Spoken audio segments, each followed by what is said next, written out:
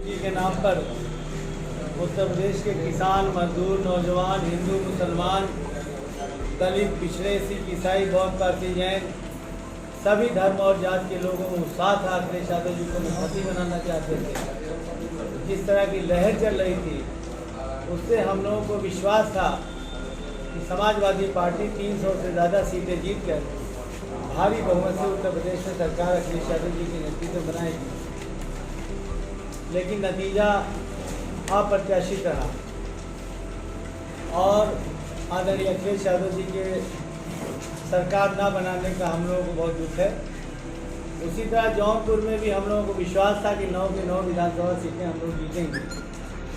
हालांकि पहले के मुकाबले में समाजवादी पार्टी को ऐतिहासिक मत मिला,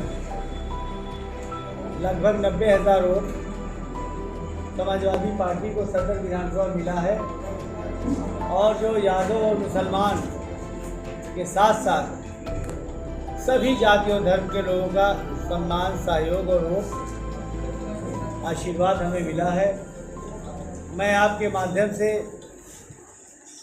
अपने ज़िला के और जौनपुर सदर विधानसभा के सभी मतदाताओं का, सभी धर्म और जात के लोगों का धन्यवाद देता हूं, शुक्रिया अदा करता हूं कि सबने बहुत ही प्यार दिया, स्नेह दिया, सम्मान दिया और ऐतिहासिक मत दिया। थोड़े से मतों से जीत से वंचित रह गए, उसके कई कारण हैं। एक तो थोड़ा बहुत वोट हमारा बटा, कांग्रेस, बसपा और एमआईएम में लगभग 10-12 हज़ार वोट जो हमारा मूल वोटर था वो बटा। और बाकी कुछ शंकाएं भी थी। हमारे यहाँ परसों 5 घंटे सीसीटीवी कैमरा बंद था और 3 लोग पकड़े गए। बाद में अधिकारियों ने बताया कि वो बीएसएनएल के कर्मचारी थे। तो ये ज़िला प्रशासन की ड्यूटी थी कि ये सारे काम जब कॉन्ट्रैक्ट मिलते हैं तो पहले ही करा लेना चाहिए। जब सरकार शंका में है और कई जगहों पर ईवीएम मशीनें पकड़ी गई, बैलेट पेपर पकड़े गए, तो शंका और बढ़ी उसकी वजह से।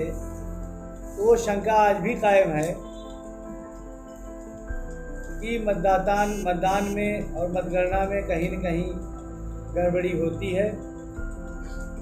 और लोग मतगणना में सबसे बड़ी चीज़ ये है कि बहुत सारी मतपेटियों में सील नहीं लगी हुई थी।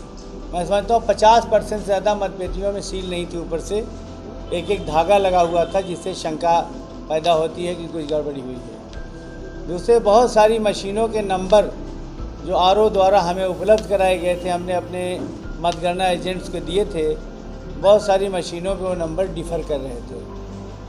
और तीसरा, परसों जो है 5 घंटे तक सीसीटीवी कैमरा जौनपुर सदर विधानसभा का बंद था और तीन लोग पकड़े गए जो वहाँ पर काम कर रहे थे, जिनके पास कोई भी आईडी नहीं थी, ना जिला प्रशासन के द्वारा दी गई कोई आईडी थी और ना उनके विभाग की कोई आईडी थी। बाद में एडीएम ने बताया कि वो बीएसएनएल के कर्मचारी थे।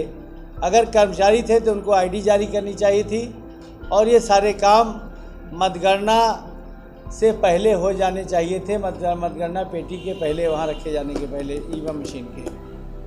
तो और दूसरे जिन मशीनों की सील नहीं लगी हुई थी, ईवीएम मशीनों की, उनकी मतगणना रोकने की कोई व्यवस्था नहीं थी। वहाँ मजबूरन मतगणना करानी ही करानी थी। इसलिए हकीकत और बहुत धीमी गति से और मतगणना हो रही थी, रिजल्ट बहुत देर में आउट हो रहे थे, घोषित किए जा रहे थे।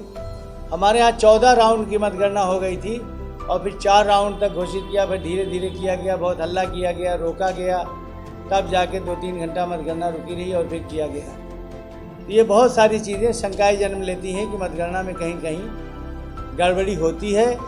और हकीकत ये है कि जिस मांग को सबसे पहले से भी समाजवादी पार्टी और भारतीय जनता पार्टी छोड़कर देश की सभी पार्टियां करती रही हैं कि मतदान बैलेट पेपर से होना चाहिए।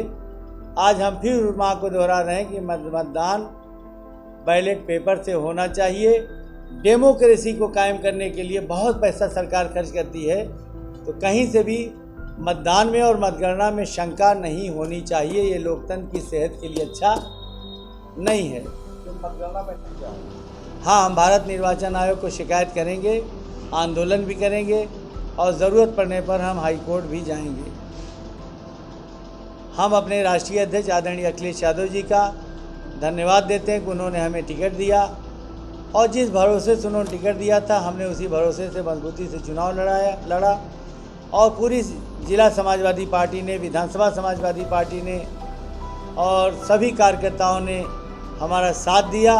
उसके लिए हम सबका धन्यवाद देते हैं और सभी समाज के लोगों ने हमें वोट दिया और अब तक जितना वोट समाजवादी पार्टी को हमेशा मिलता रहा, उससे ज़्यादा वोट, लगभग 90,000 वोट हमें ऐतिहासिक वोट मिले हैं। तो इसके लिए हम सभी मतदाताओं का और सभी धर्म जाति के लोगों का, संगठन का, सहयोगियों का और मीडिया के लोगों का, सभी का धन्यवाद देते हैं और अपने राष्ट्रीय अध्यक्ष का धन्यवाद देते हैं कि उन्होंने हमें प्रत्याशी बनाया और हमने उनके विश्वास के अनुसार से चुनाव लड़ने का काम किया। ठीक। बीजेपी खिलाएगी कमल या एसपी की चलेगी साइकिल? पार्टी पहुंचेगा सत्ता के शिखर तक या कांग्रेस के पंजे में आएगी सत्ता? क्या है यूपी की चाहत? देखिए जय भारत।